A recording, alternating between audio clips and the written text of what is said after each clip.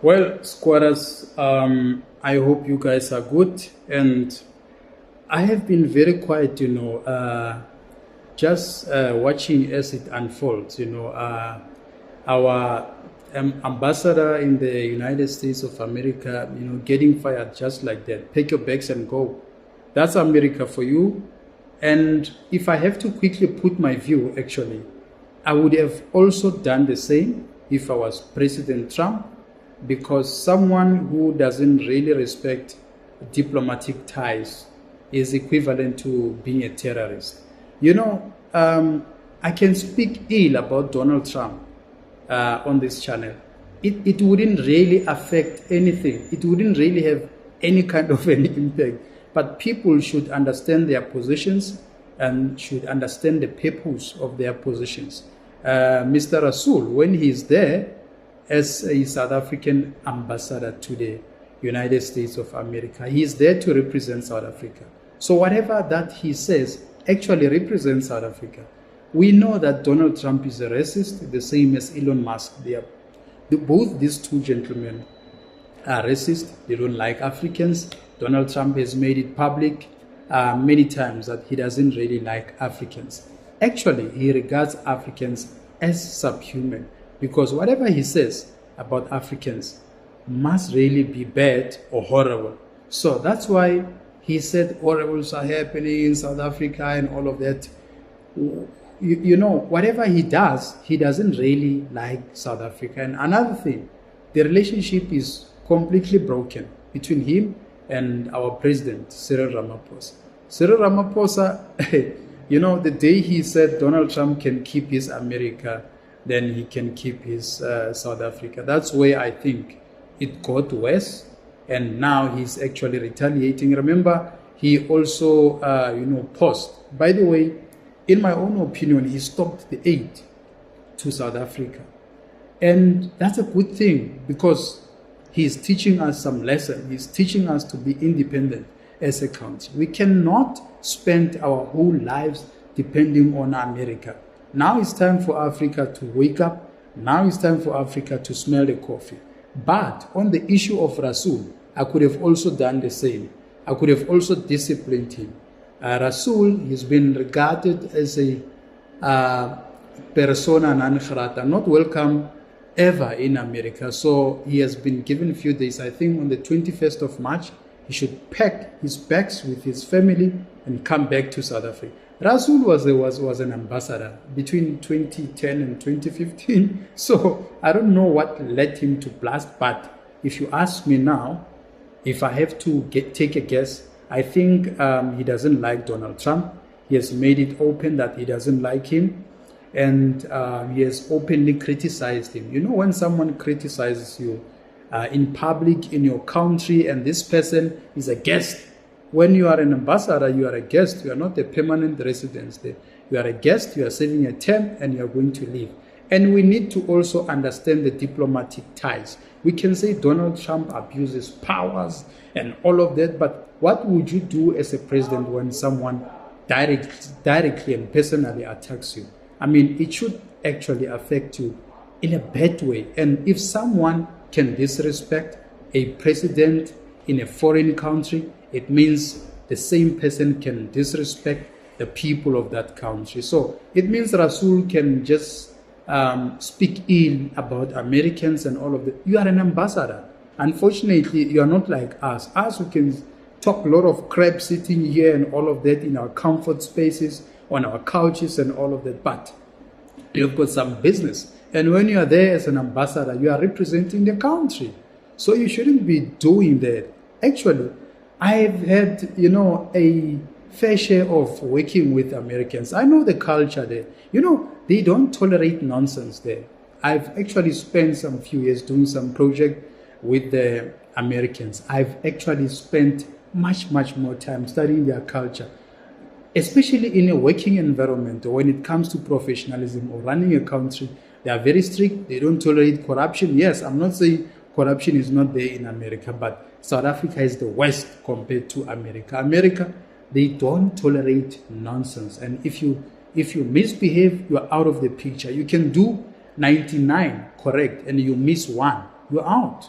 you're out. Your credibility should always be intact. When you get there, they tell you about two things: honesty and integrity. So he really crossed the line, and it's just unfortunate. And I feel like Rasool actually likes the Democrats more than the Republicans. He thinks the Republicans is a racist organization compared to Democrats. They welcome everyone and all of that, and they are in fact, Democrats is the ANC of America, and so the Republicans, they are the Democratic Alliance of America. So that's the difference. We look at Helen Zille, we see someone who's a racist, someone who just pretends as if she likes black people, but honestly, deep inside, she knows that she doesn't really like black people. Yes, you can argue that she had Mmusi Maimane as the president of the DA. No,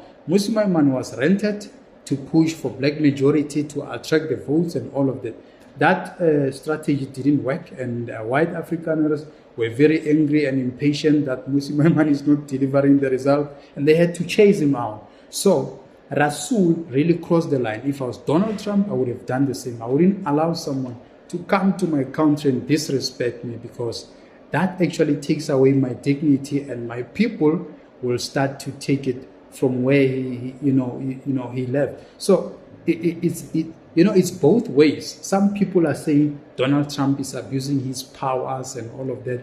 No. Even Cyril Ramaphosa could do that if maybe the U.S. ambassador maybe does that. But remember, the diplomatic ties. Most of the time you think about the diplomatic ties and all of that, but Donald Trump, we know that he doesn't like Africa, and it's not going to help us to beg him. That's God reading, actually. For him to change our ambassador, that's fine. On the 21st or before the 21st, Rasool, please come back. You're also welcome. You're welcome.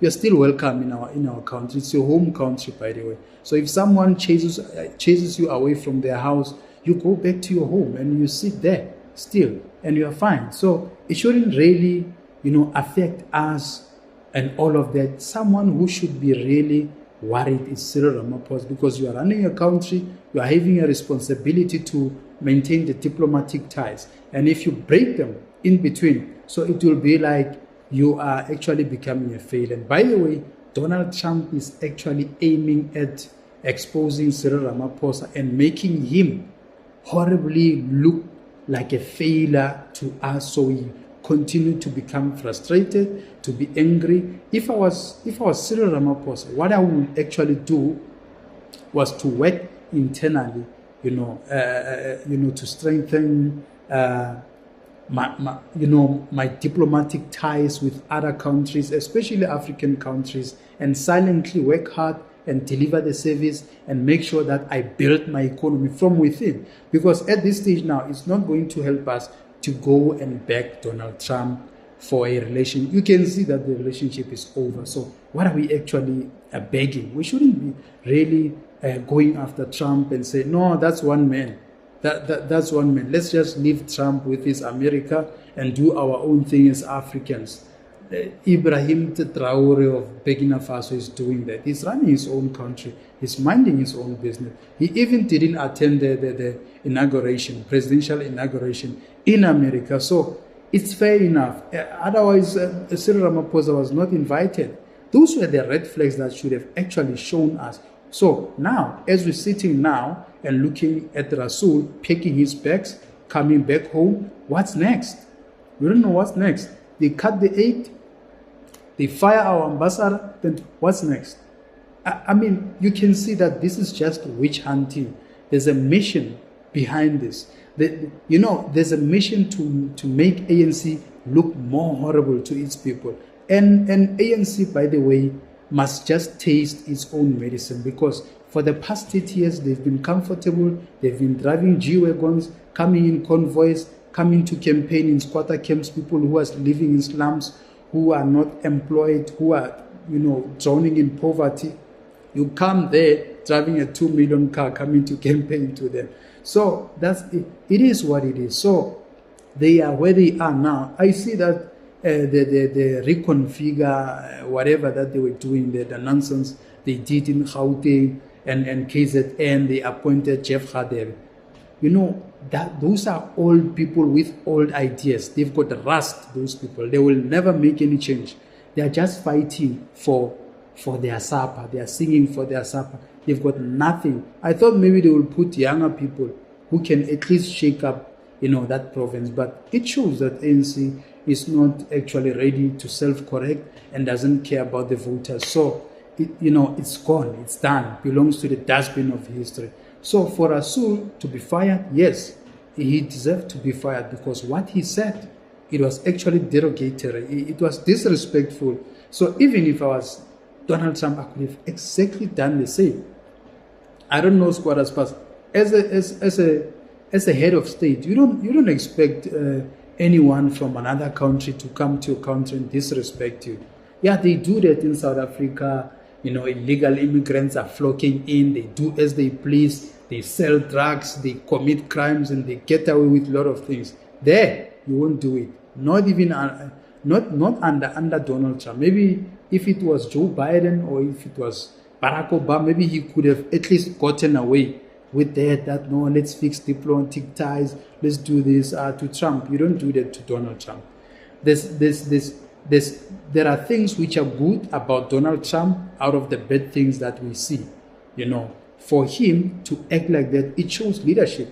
He's sending out a very strong message that someone who comes to my country shouldn't disrespect me. That was disrespectful and it's unfortunate. And when you are an ambassador, you are there to represent the country. If you understand, and by the way, Rasool is not new. Rasool, 2010 to 2015, during the Obama administration in between, he was an ambassador there and everything was just fine. Why now?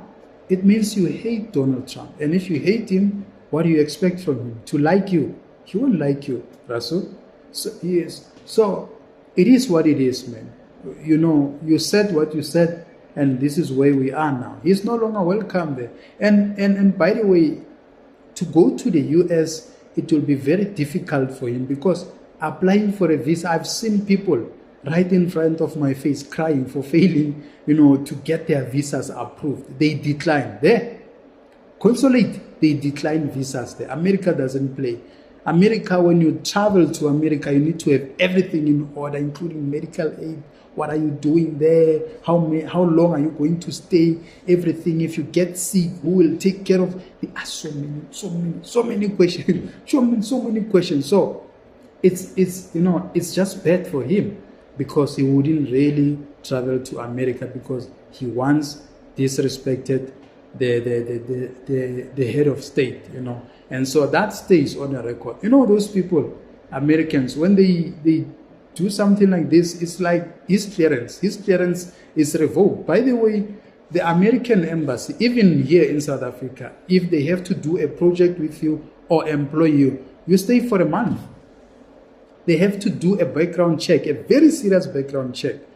Criminal record, everything. Not in our government where we have got 1,500 police with criminal records, but they are still working every day. They go to work. There, you don't do that. They do background check. They do diligent. They verify everything. So you cannot climb over America's head and dance on its head. No, you can't.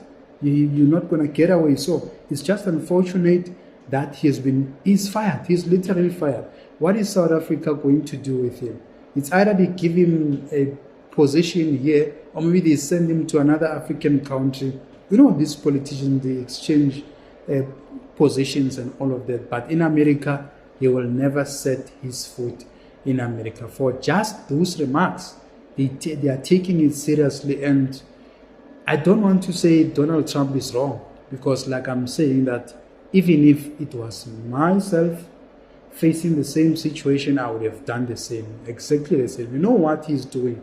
He's trying to send a message out there that, listen, you don't come to my house and make orders and try to tell me what to do.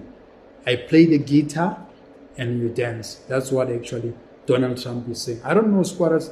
Maybe other people might feel like I'm just being ignorant and Donald Trump shouldn't have done that. And what do you expect him to do? He's running the country, that man. He's in charge now. He's in charge now. He's running the country. And by the way, this thing makes me, because Rasool was an ambassador from 2010 to 2015. Remember 2017? Donald Trump became the president. So maybe you might think his term was finished, or maybe he just left because he could see that Donald Trump is going to become a president. Maybe they don't get along. Maybe they've got a clash. Maybe that we don't really know what actually is going on. Just like our president Cyril Ramaphosa and him, Donald Trump. You know, these two gentlemen, they've got some unfinished business. And I don't know how far will this go, but all that I know is that for as long as Elon Musk is there, Donald Trump will never have a healthy relationship with our president, Cyril Ramaphosa. Squatters, thank you. Those who have not subscribed, please log in. You will see when you click on that like button, or if you want to comment, it will say log in. Just log in with your email address. It's easy. You don't pay. Then subscribe so we can be able to engage. You know, I want your views. I want to hear how you feel about issues that we put forward all the time as part of the discussion. So each one teach one. Let's continue to engage. Click that notification bell when I drop the content, and at least you happen to be the first to receive it fresh. You know, and let's continue engaging, squatters. It's the Rasool issue. I'm sorry, I would have done exactly what Donald Trump has done. Sharp, squatters.